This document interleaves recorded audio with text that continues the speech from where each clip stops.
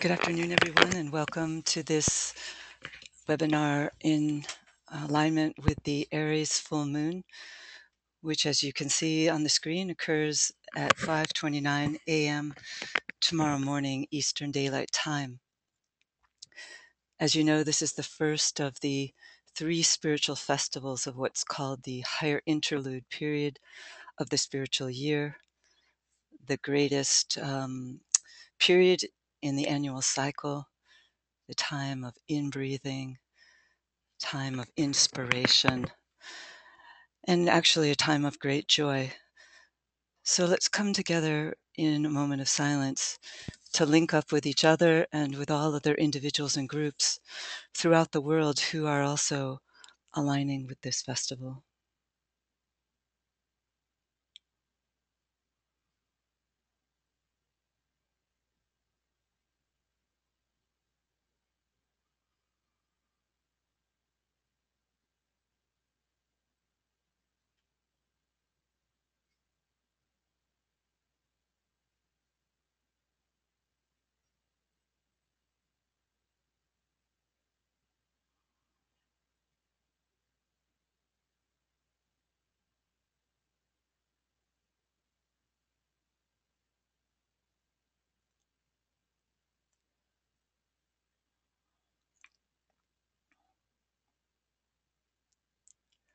Lead us, O Lord, from darkness to light, from the unreal to the real, from death to immortality.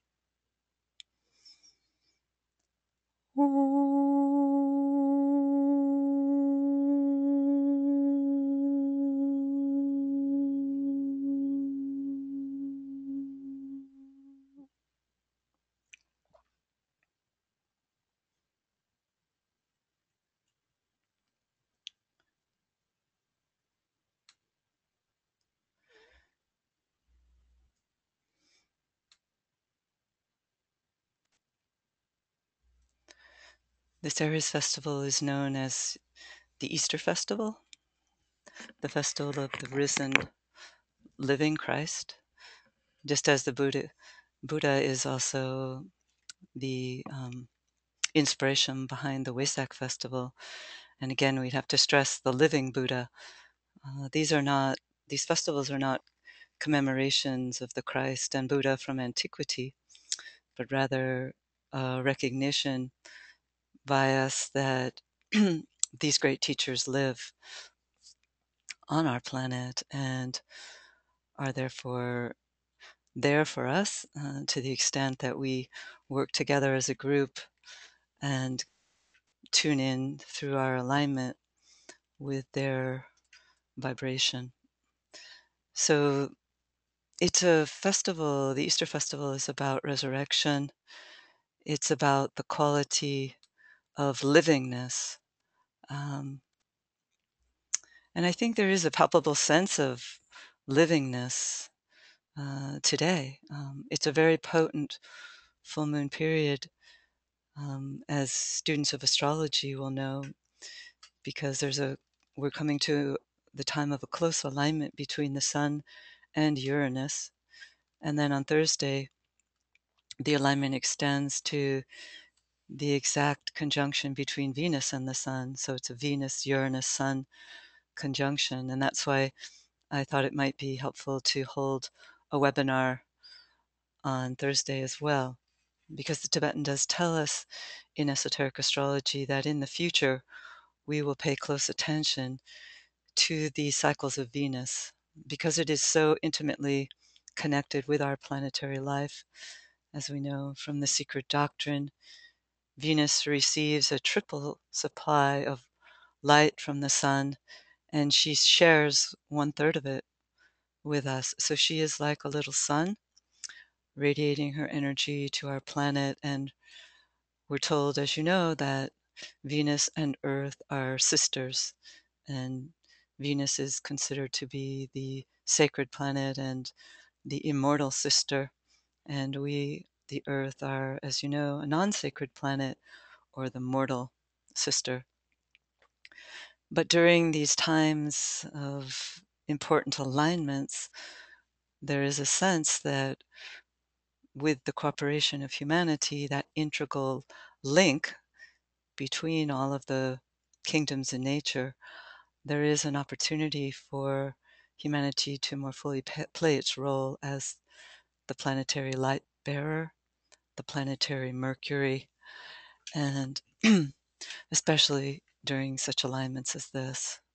Uranus is related to Aries. It is the hierarchical ruler of this sign. The hierarchical ruler usually comes into play when someone is on the path of initiation and has taken the third initiation. Then these hierarchical rulers come into play on an individual level. But there is also a teaching by the Tibetan that states that the hierarchical rulers have a pronounced effect on the masses of humanity as a collective. And so certainly this collective inpouring of Uranian energy at this time is stimulating humanity to come more fully into alignment with Aquarius because, as you know, I'm trying to look for a picture. No, I don't have it. The Aquarian age is ruled by Uranus, as is the seventh ray, which is the ray energy that's working through Aquarius, but also accompanying this age. It works through Aquarius through the planetary ruler, being the planetary ruler, but it also, Uranus is the planetary ruler of the seventh ray. So we're coming into an age when there is a double influence of Uranian energy. And so anytime that the sun, such as right now, comes into alignment with Uranus, there is a really strong sense that we're feeling a very profound Aquarian, Uranian vibration, which is all about bringing spirit into matter, bringing about the destruction of old forms and the creation of those Uranian forms, which will allow the light to pour through. So it's a very, very potent, auspicious alignment to begin this new year, because the Aries festival is really a signal of the beginning of the new year for the spiritual seekers, at least. And when it begins on such a potent, powerful note, we are given a clue that we are being called upon and asked to work at a higher level. And this is something that is also hinted at by the Tibetan in the book. Which book is it? I think it's Esoteric Psychology, Volume 2, I believe. It's the book that ends with a large section called Humanity Today.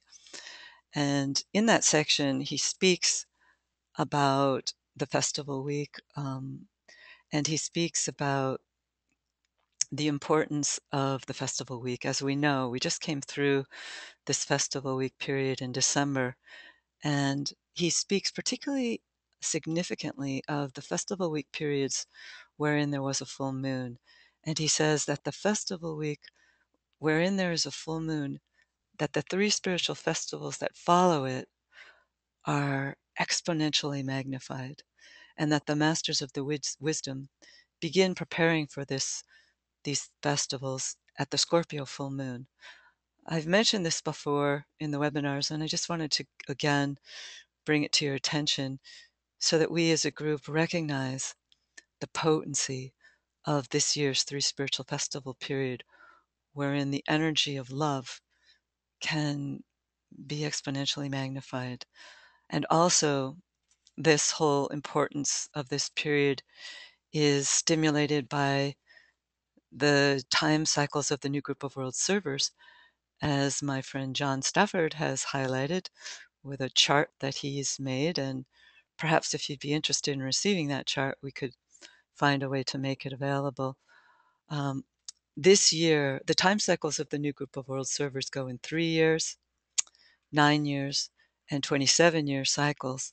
And this year, in all three cycles, we're entering into a phase of impact on public consciousness, emergence impact on public consciousness. So perhaps as we link with all other spiritual seekers in the world, irregardless of their spiritual tradition, if we just link up with the vast meditative effort that's going on our planet, we can collectively make an impact because we work with the energy of thought. We work not so much with outer action, although certainly that is part of our work, but the most important thing that we can do is come together in consciousness and work as spiritual environmentalists, helping to rid our planet of Maya, glamour, and illusion by letting in the light.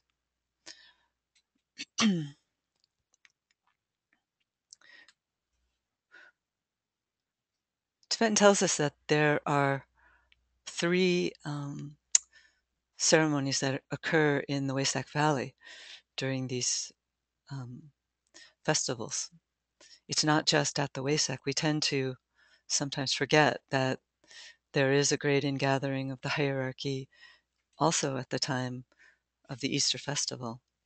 So it's really important for us to work with the creative imagination, the Tibetan tells us, to visualize um, these events and make them alive in our consciousness. So why don't we just take a pause right now to link up with the events that are soon to unfold in the Wesak Valley. And let's link with the world teacher who stands at the heart of hierarchy.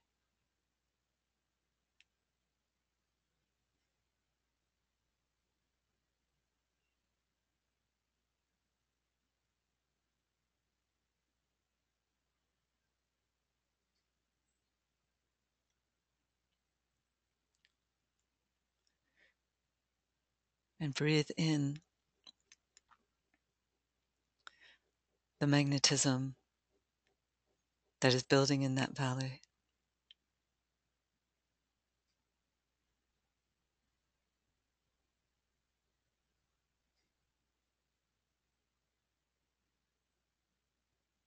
And let us try as much as possible during this day and the 2 or 3 subsequent days to the full moon to follow these suggestions given by the Tibetan. He encourages us to use these ideas during the May and June full moons, but he also says we can do so during all of the other subsequent festivals if we really want to strengthen our practice. So let's just review them and ponder them together. For the entire week prior to the May full moon and the June full moon, endeavor to do the following things. Link up with all disciples, aspirants, and men and women of goodwill throughout the world and in all nations, using the creative imagination. Eliminate out of your consciousness all negativity, seeing yourself clearly as ranged on the side of the forces of light. You are, therefore, not neutral in thought. See to it also that when taking right action in the conflict against the forces of materialism, you preserve ever a spirit of love for all individuals who have been swept into the vortex of their potency. When meditating and invoking the forces of light, endeavor to forget entirely all your own personal difficulties, tragedies, and problems. Disciples have to learn to carry forward their work for humanity in spite of personality strains, stresses, and limitations. Prepare yourselves thus for the work of the 2 full moons, keeping your objectives clearly in mind and submitting yourselves to an adequate temporary discipline.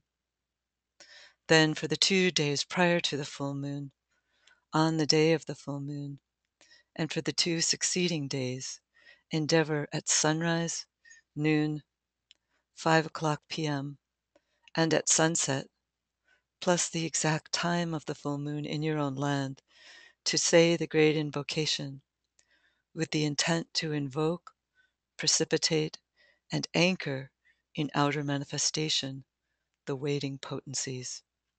Do this aloud when possible, and in group formation whenever feasible. It is the focused power of your unemotional thought which will bridge the present existing gap and link more closely the two worlds of spiritual activity and human demonstration.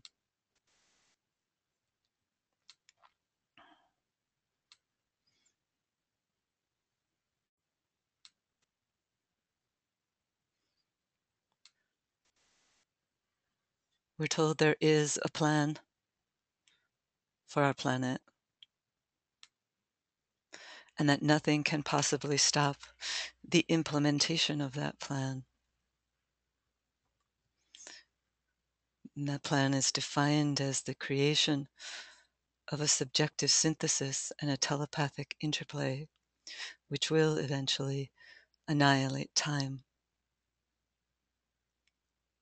There is a divine architect of the universe, and we, as members of the human kingdom, can provide that link whereby the plan of love and light can work out on earth. And so, most certainly, during this interlude of the Aries, Taurus, and Gemini full moon, as we strive to eliminate all negativity out of our consciousness, as we strive to link up in love with all of our spiritual co-workers throughout the world, together we wield a mighty force. And so why don't we come together now in our meditation, making the planet sacred.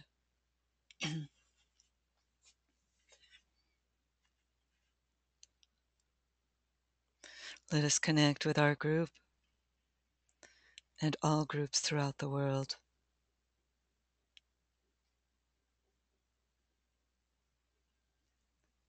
Focusing deeply within the group soul.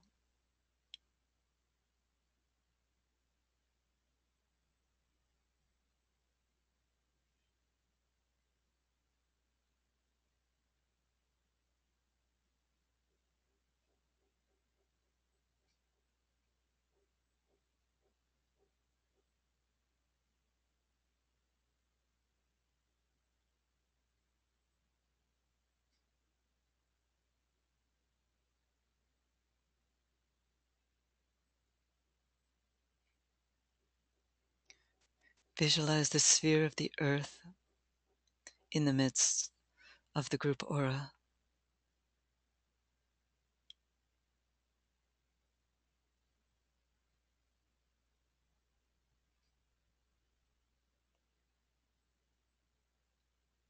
And connect with the great life that ensouls our planet.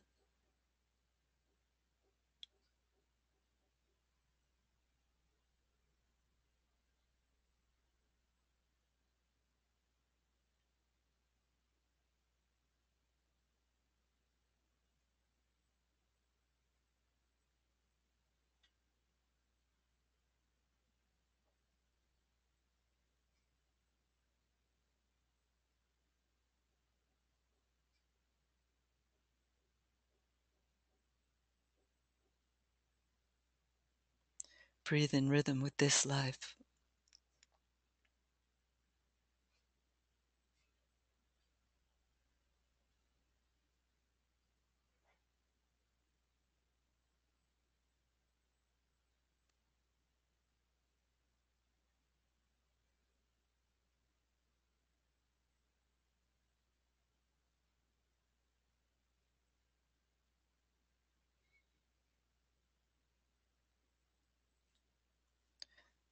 Sound the mantra of unification.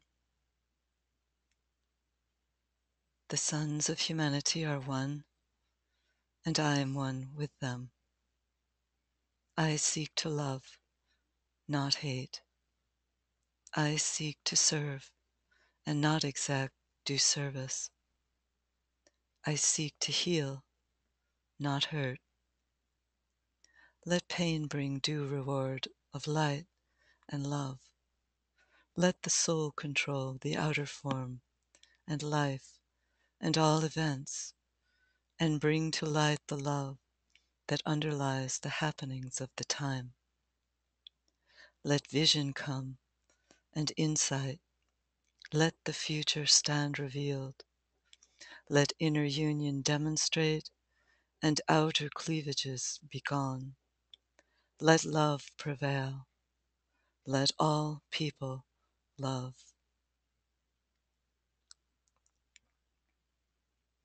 Connect with the planetary throat center, humanity, and its need.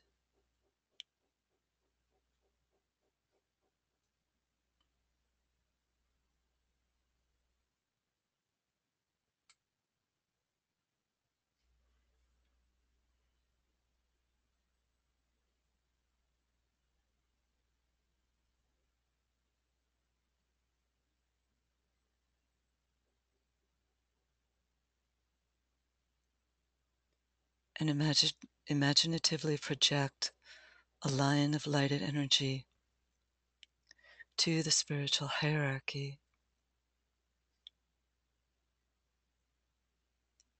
in the Waysack Valley.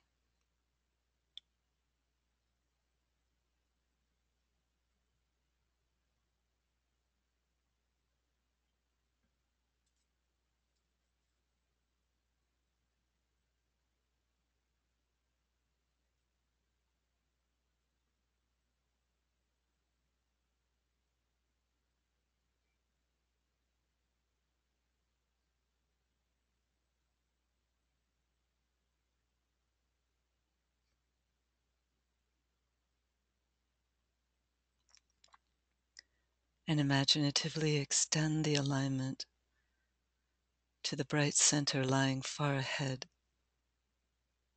the center Shambhala.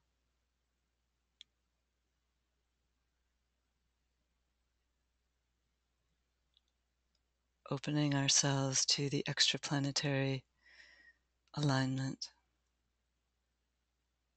being set up at this time.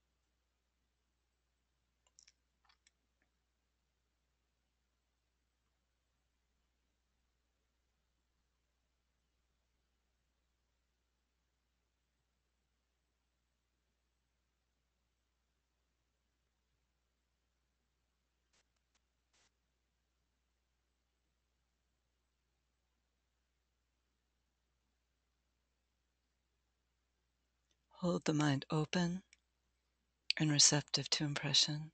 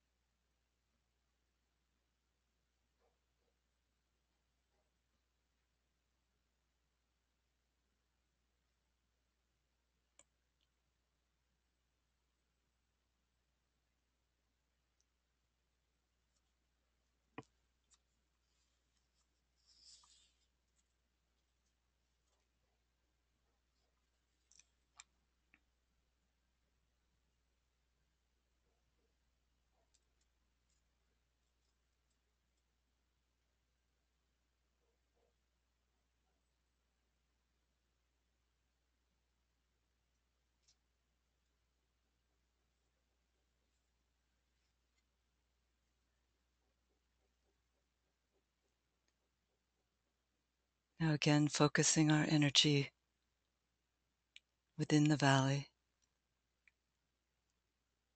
Stand within the aura of the world teacher, united as one group of all true servers everywhere.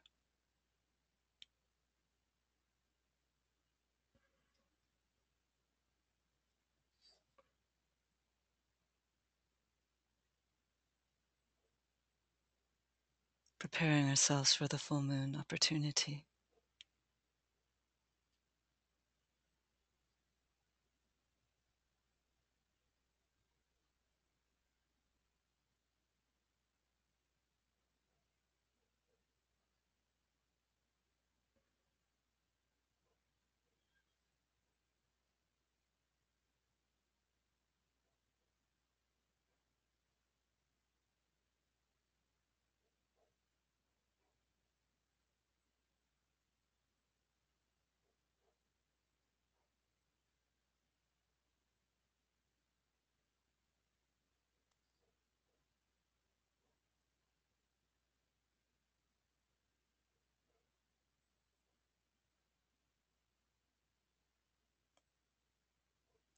Reflect on the keynote for Aries.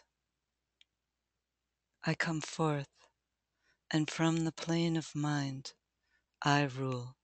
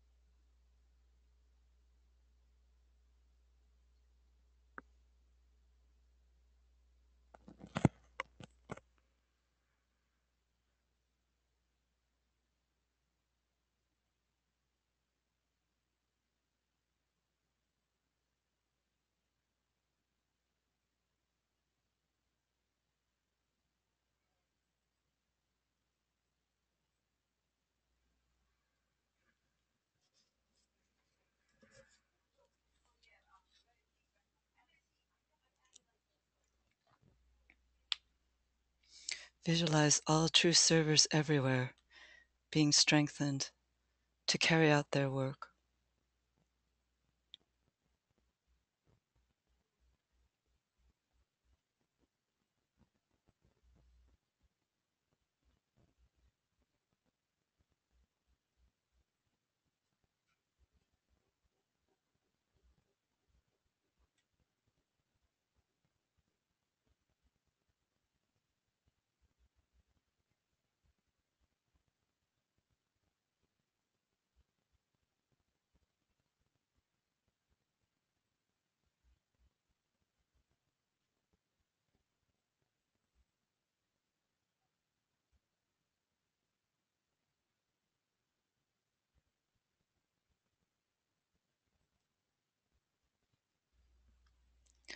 Silently sound the Om while visualizing a great outpouring of fiery love throughout the worlds, through all planes and states of planetary consciousness. See the fogs and mists of glamour and illusion being dissipated by the outpouring love. See the barriers of materialism, selfishness, and separatism breaking down, and the establishment of freedom, equality, and wholeness working out on earth.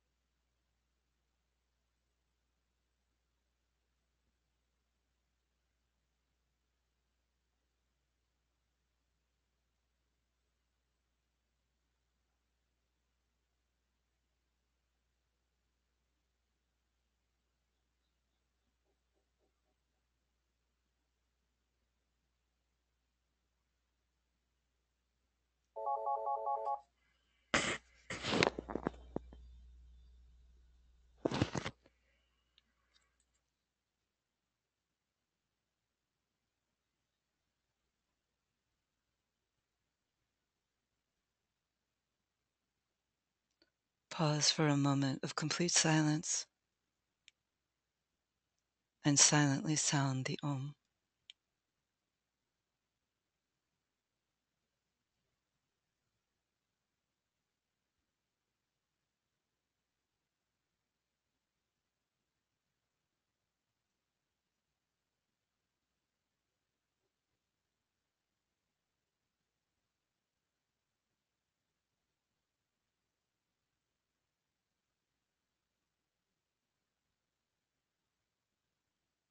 Recenter the consciousness within the periphery of the great ashram and sound the affirmation of love.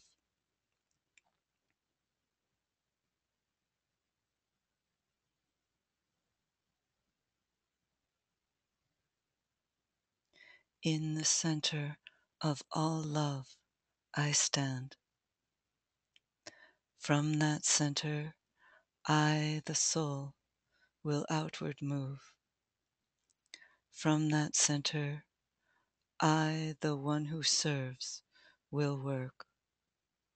May the love of the divine self be shed abroad in my heart, through my group, and throughout the world.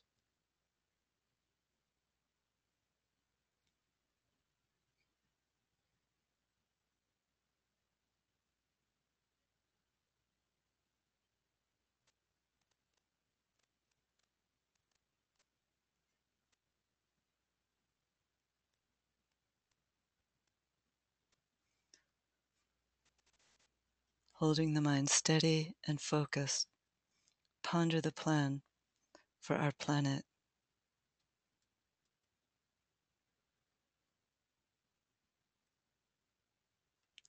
While bringing the energies down into the cave of the head, grounding them on earth. Visualize the planet glowing as a brilliant ball of light.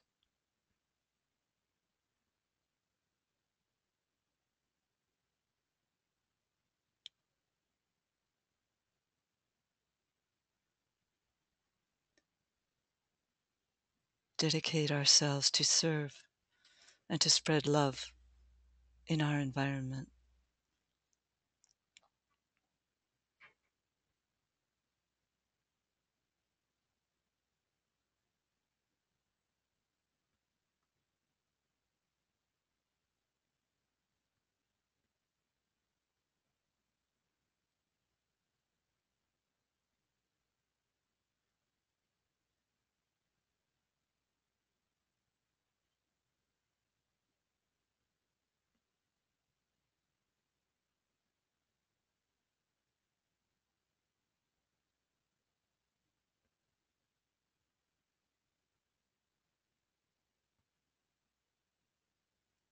Distribution.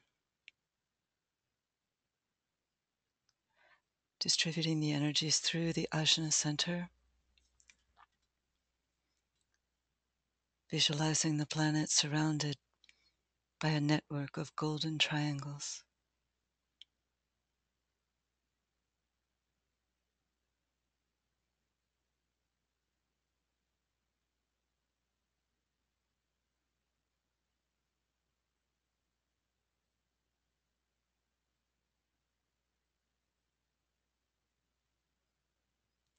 Distributing the energies through the 5 planetary inlets: New York,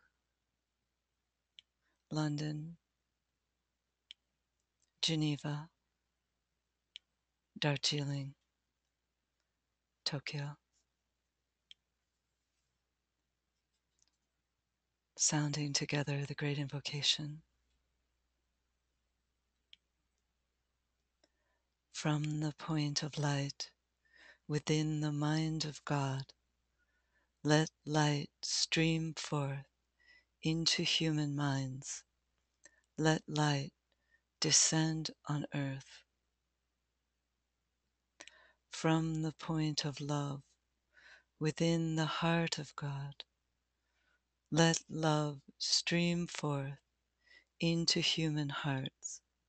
May the coming one return to earth. From the center where the will of God is known, let purpose guide all little human wills, the purpose which the masters know and serve.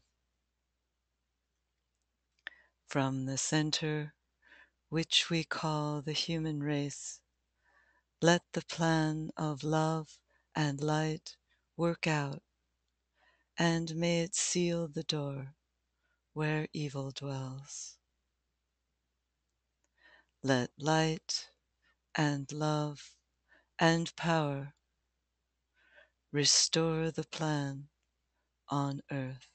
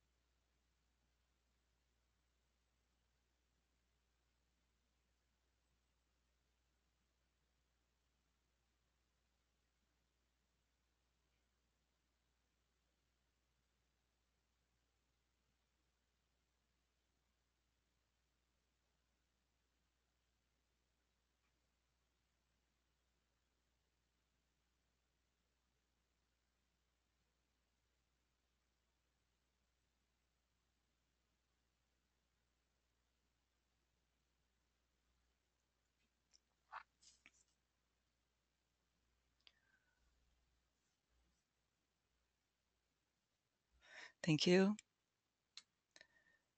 And again, the exact time of the full moon is 5:29 tomorrow morning, Eastern Daylight Time. And we'll be holding another webinar on Thursday. I believe it's at 11. That'll be briefer, a brief webinar to just align in meditation with the Venus-Sun conjunction. And the 2012 initiative is holding a webinar starting at 3 today and again on Thursday. So you can all link up with that as well. All right. Thank you. Thank you very much. And goodbye.